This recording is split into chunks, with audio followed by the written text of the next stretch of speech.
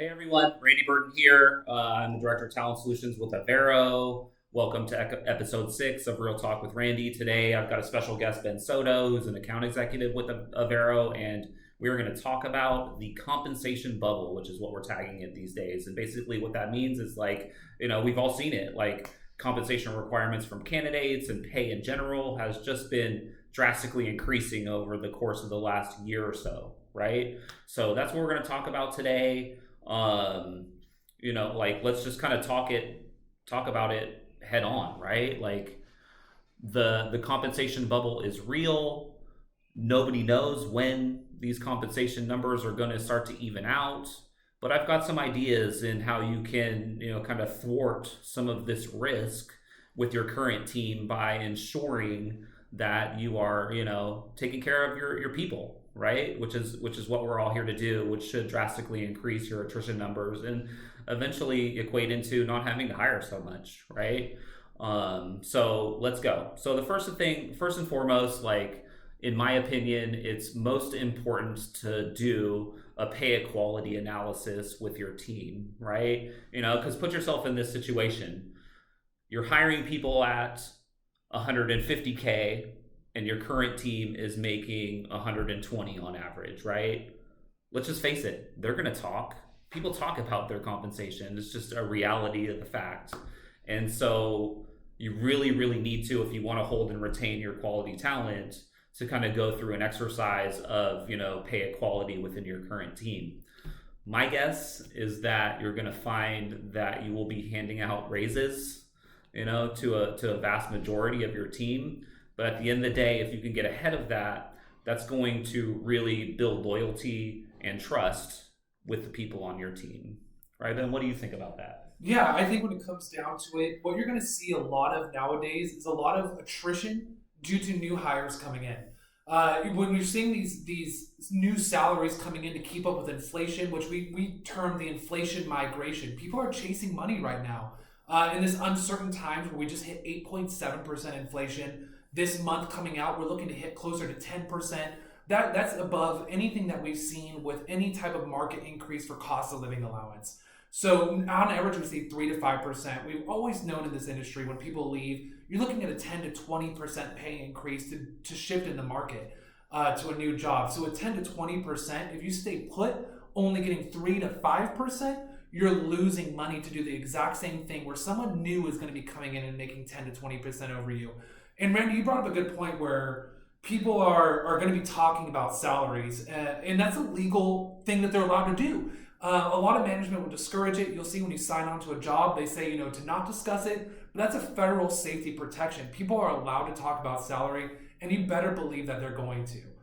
So if you want to keep your good employees, you better be treating them like you would a new employee with salary increases, or you will lose them to your competition. Yeah, and extra credit points if you get ahead of it before they come and ask for you, right? So first and foremost, like, if you haven't gone through that exercise of really like analyzing the compensation of your current team based off of the budget that you have to hire new, you should definitely do that first before you really consider drastically scaling your teams. It's a big deal, and you want to keep people that have proven demonstrated success, that are loyal, that aren't just chasing the dollar. But I think, like, there is a nuance within all of this around kind of candidate motivators, right? Money's a big one these days, but then, we can talk a little bit about, like, the companies that are starting to enforce these, like, return to office policies and, like, true hardcore requirements to, like, go into the office. Like, that's not flying with a lot of people these days. I think I'm an exception to the rule because I like to be in the office, but, like, most people want to have that flexibility of choice, and so what we've been seeing in the market is there's a lot of people that are either working or, maybe they're active in their job search, that are really indexing on the ability to have a flexible schedule that caters to their needs, or just a pure, full-on, fully remote role. There are a lot of people out there that just don't want to get into the office. I don't know, Penn, what do you think? Yeah, and it kind of ties into a study that I was reading that talked about productivity increases over the last 10 years. You saw from 2010, productivity increased 50%, while the pay wages only went up 5%. Since 2020, that went up exponentially. In fact, every business is making record-breaking numbers right now. When I say every business, of course, there are going to be your outliers. But for most major corporations, you're seeing them bring in record-breaking profits. If they thought working in office was the deciding factor for productivity, they were proven wrong. You've seen that people have been more effective outside of the office and brought in more money outside of the office, and it's actually created what we've seen as an exodus outside of the cities. Austin is a prime example where Randy and I both live. We've seen people no longer want to live within Austin proper. They're moving out to the outskirts, but then that also creates another issue.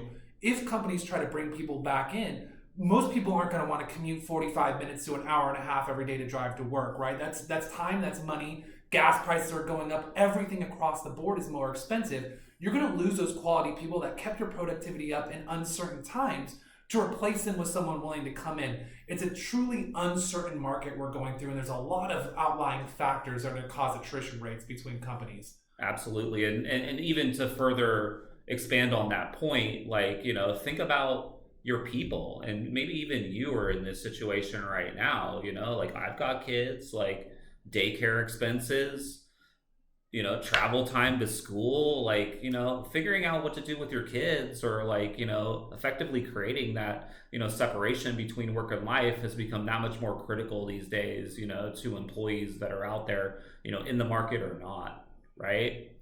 So which brings me to my second point, and I get it. This may not necessarily be popular opinion or whatnot, but to me, it's the right thing to do. And from a leadership perspective, it really is focused around having genuine relationships with your employees. This I've done for a long time. You talk about life, you understand what people are going through, you relate to them, you share about yourself. I mean, it's if you have a genuine relationship with each and every one of your employees, then that helps to build loyalty, and that will increase retention with your company. But I get it, we're all busy, it takes time, but that time is just so much valued, by employees, by just people, and that will just generally lift your culture and the loyalty around it, right? Yeah, one of the things, I'm an old Army guy, right? I served for 10 years, went to multiple leadership schools. And when I got out in the civilian world, I was actually kind of blown away with what I saw management-wise. While I've had some fantastic leaders, I've also had leaders that looked out for themselves. And I can relate this in the way, one of the things we had to do to get promoted within the military was we had to show that the people underneath us were getting promoted themselves. We had to care about the people underneath us to make sure that they were not only surviving, they were thriving. If I went in to go get my staff sergeant, and my command sergeant major at the time would look at my packet and say, why aren't people below you getting promoted? I failed as a leader. Where the corporate structure sometimes allows leaders, and I use that term because when you're in management, you're a leader. You have people underneath you who rely on you in their everyday life. They spend just as much time with you as they do with their own family. You're a leader. So when you have these people underneath you that are looking for promotions, that's your job as a manager, to make sure that they're taken care of mentally, physically, and financially, regardless of your role out there. So you have to make sure that your people underneath you are not only happy, but they're also keeping up with the market, right? And that's your job as leader, to make sure that you're their liaison in the corporate structure. Help them succeed, which in turn will help you succeed. You can't just think about yourself in this corporate structure anymore, or you will lose your best talent. Exactly. And I think being able to retain your best talent is the answer to this compensation bubble. Paying them fairly, supporting them, being focused on growth, all those things. I mean, that's critically important to the growth and scale of your business. Wouldn't you rather give one of your employees a growth opportunity, maybe even a little bit before they're ready for it, and then hire below them so that they have some responsibility and accountability for other people, and that keeps them tied into your company and brand?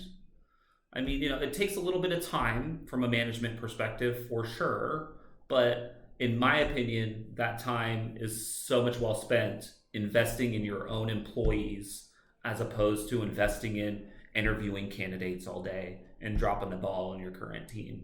So if there was one takeaway that I would like everyone to kind of grasp from this is like, take care of your people first.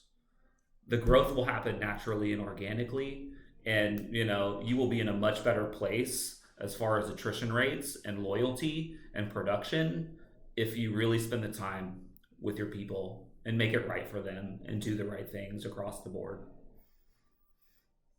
I agree. You couldn't have said it better. All right, people. Well, that concludes the episode today. I hope that this information was valuable. We could talk all day about, inflation and, compensation and all of these things. But, to Ben and I, like, taking care of your internal people first is the biggest and best step that you can take to kind of help start to flatten out these rising comp requirements around the board. So thank you for listening. Have a great one.